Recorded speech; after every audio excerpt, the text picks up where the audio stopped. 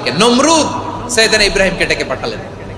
নমরুদ বলে, ইব্রাহিম তুমি নাকি মূর্তির পূজা না করে কোন নতুন রবের ইবাদত করো, কে তোমার রব? সাইয়েদনা ইব্রাহিম বললেন, রব্বি আল্লাযী ইউহয়ী ওয়া ইউমীত, আমি এমন রবের ইবাদত করি যিনি জীবন দেন, যিনি মৃত্যু দেন। নমরুদ বলে, তাই নাকি?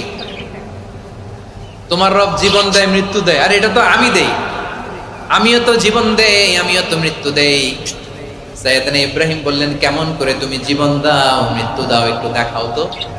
নমরুদ জেলখানা থেকে দুজন কয়েদিকে ডেকে আনলো, কয়েদি এনে অর্ডার করলো, একটাকে এখনই শিরোচ্ছেদ, হেড অফ ডেথ পেনাল্টি, মৃত্যুদণ্ড দেয়া হলো, ফিনকি দিয়ে রক্ত বেরোলো।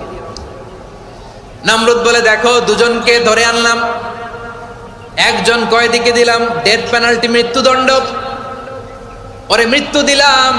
আরেকজন যে দাঁড়িয়ে আছে, চাইলে ওরেও আমি মৃত্যুদণ্ড দিতে পারি, কিন্তু না, ওরে আমি দিব না, ওরে আমি বাঁচাইয়া দিলাম, ছেড়ে দিলাম, মানে জীবন দিলাম।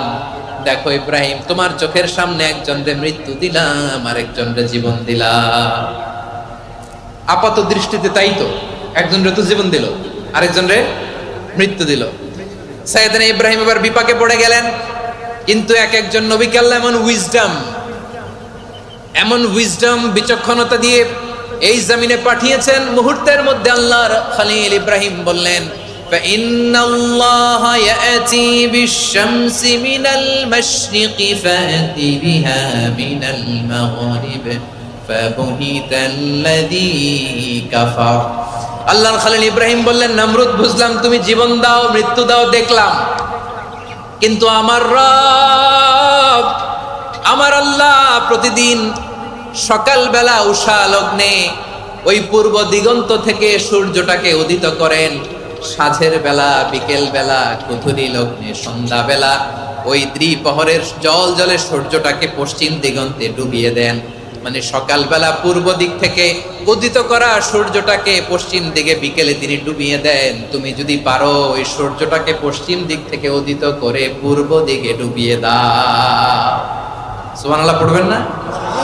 দেখেন, ইনস্ট্যান্ট ইন্টেলেক্ট, মুহূর্তে বিচক্ষণতা, উইজডম কাকে বলে?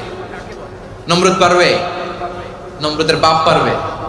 ওর দাদা, ওর 14 গোষ্ঠী, গোটা বিশ্বের সব ক্ষমতাধর রাষ্ট্রনায়করা একসাথে হলে পারবে?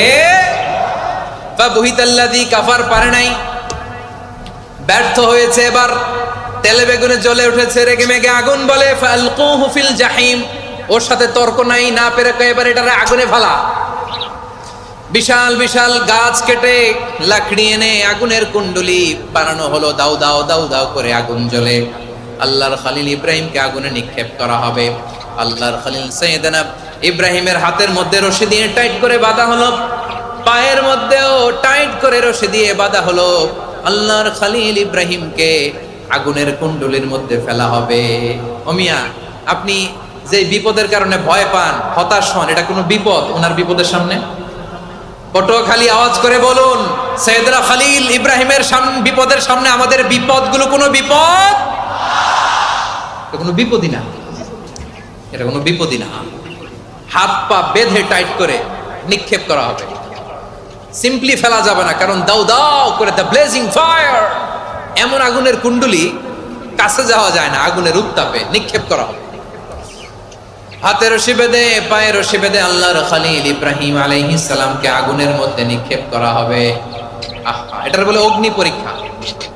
উনি অগ্নি পরীক্ষার সম্মুখীন হয়েছে, এজন্য কঠিন পরীক্ষাকে আমরা অগ্নি পরীক্ষার সাথে তুলনা করি, ঠিক কিনা? সাইয়েদনা জিবরাইল এসে বললেন, ও আল্লাহর খলিল, ওরা তো আপনার হাতও বেঁধে ফেললো, পাও বেঁধে ফেললো, নড়াচড়ার সুযোগ নাই, বলেন আমি জিবরিল ফেরেশতা আপনার জন্য কি করতে পারি? আল্লাহর খলিল ইব্রাহিম বলেন, ও জিবরাইল, তোমার কাছে আমার কোনো চাওয়া পাওয়া নাই। সুবহানাল্লাহ বলেন। তোমার কাছে বলার কিছু নাই, তোমার সাহায্যের আমার দরকার নাই। সাইয়েদনা ইব্রাহিম আলাইহিস সালামকে হাতে পায়ে রশি বেঁধে, হাত পা বাঁধা অবস্থায় জ্বলন্ত অগ্নিকুণ্ডে যখন নমরুদের দলবল নিক্ষেপ করবে, আল্লাহর খলিল কিভাবে নিজেকে আল্লাহর কাছে সঁপে দিয়েছেন, পটুয়াখালীর ভাইরা খেয়াল করে শুনুন।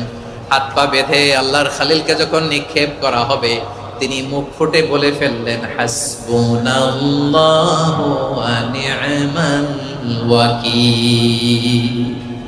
হাসবুনাল্লাহু ওয়া নি'মাল ওয়াকিল, আমার জন্য আল্লাহই যথেষ্ট, আমার জন্য আল্লাহই যথেষ্ট। তিনি আমার সবচেয়ে বড় গার্ডিয়ান, তিনি আমার সবচেয়ে বড় অভিভাবক। জিব্রাইলের সাহায্যে রফারকে ফিরিয়ে দিলেন। দুনিয়ার বুকে কারো কাছে কিছু বলেন নাই, মুখ ফুটে বলেছেন হাসবুনাল্লাহ। ও আমার পটুয়াখালীর প্রাণের ভাইয়েরা, খেয়াল রাখবেন, কোন বান্দা তার হাতে থাকা সব চেষ্টাটুকুন করার পরে মুখ ফসকে মুখ দিয়ে যখন বলে ফেলে হাসবুনাল্লাহ, বান্দা যখন হাসবুনাল্লাহ বলে ফেলে, ওই ব্যাপারটা ডিল করার দায়িত্ব স্বয়ং আল্লাহ আরশের উপর থেকে নিয়ে নেয়। আপনি যখন বলে ফেলবেন হাসবুনাল্লাহ, এটা ডিলিং করবে কে তখন? চিল্লায় বলেন না, তিনি কে?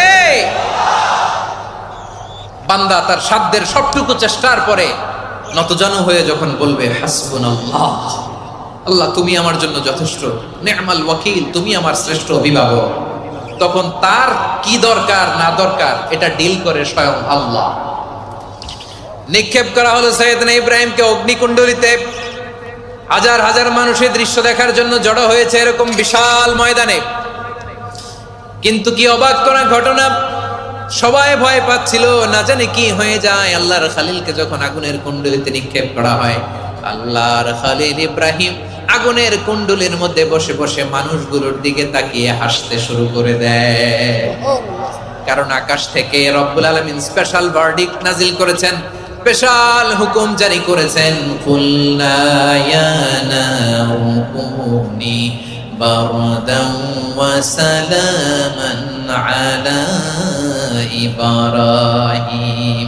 ও আগুন খবরদার, সৃষ্টি শুরু থেকে তোকে একটা ধর্ম আমি বাতলে দিয়েছিলাম, তোর ধর্ম, আগুনের ধর্ম হলো যা পাবে জ্বালিয়ে সারখার করবে।